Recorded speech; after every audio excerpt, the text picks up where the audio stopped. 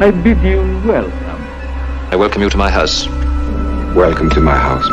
Welcome to my home.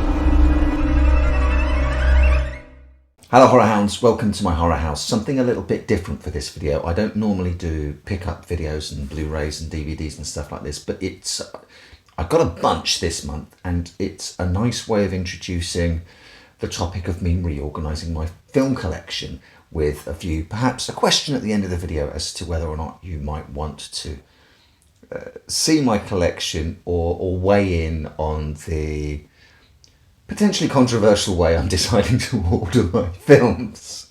But I got a bunch of stuff this month. I don't normally get so much, but I went on a bit of a spending spree. Monkey Shines I decided to get after a conversation with my partner Hannah, who doesn't like monkeys in movies. She thinks all monkeys in movies, or especially horror movies, are evil. So that just reminded me, oh, I don't own Monkey Shines, so let's get Monkey Shines and prove to her that her hypothesis is correct.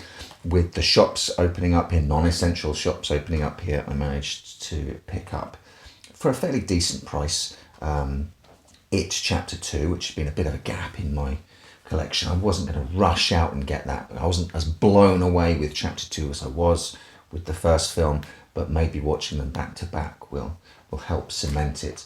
I also finally got a copy of Stakeland because for probably a couple of years now, maybe more, randomly I've had Stakeland 2 in my collection and I wasn't going to watch that until I watched Stakeland.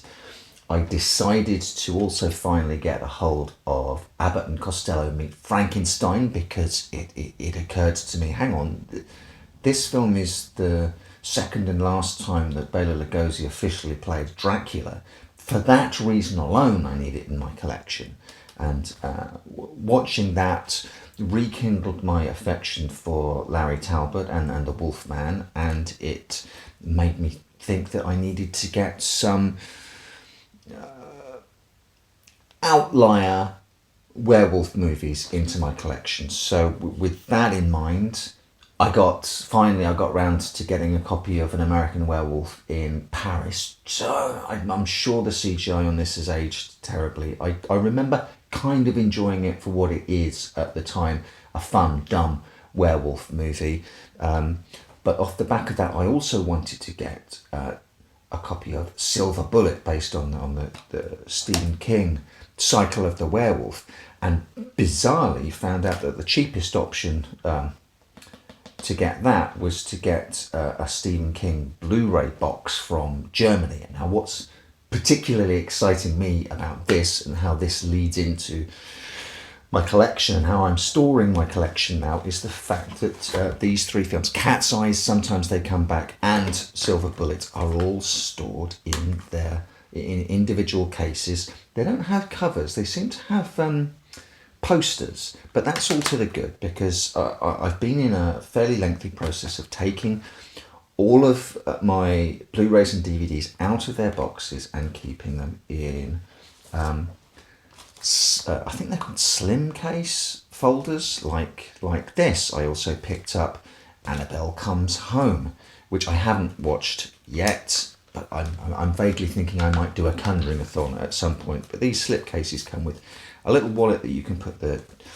discs in. There's space for two, and a larger wallet that you can keep the cover in, and one just goes inside the other like that.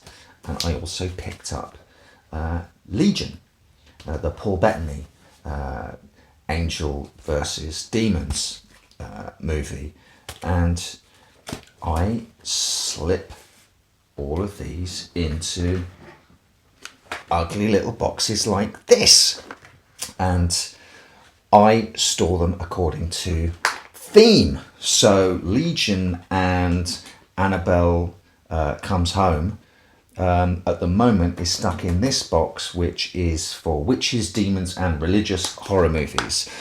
And I find that this way of organising things means that I don't just cycle through the same few dozen movies again and again and again. I'll sit and think to myself, what am I in the mood for? I'm in the mood for a religious horror movie or something with witches and demons in it. So I go to my little thing and I make my way through it, and it brings me back to a sort of feeling of the horror section in Blockbuster. It's just going through things. I'm much more likely to come across something that has sat in here for ages unseen, and it means I'm more likely to pull out some of my more unseen or lesser seen movies because it fits the mood of what I'm in the mood for at that time. Now, this is not the most logical way to store quite a large collection. I'm about halfway through it. There are some films which quite obviously fit in 2 or sometimes 3 categories, and there will no doubt be outliers that don't fit into any categories at all. I don't know how to make going through a collection like this particularly visually interesting, but if I can think of a way.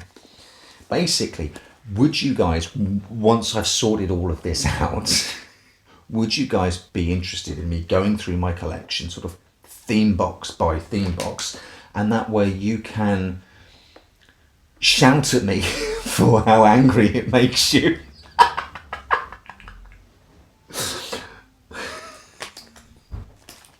Because it just simply doesn't make sense. It might be the most rage-inducing video I ever put together, if it's something you want to see. I mean, as a space-saving exercise, it's been an absolute godsend, and as a way of riffling through my collection and going, "Ooh, this sounds good."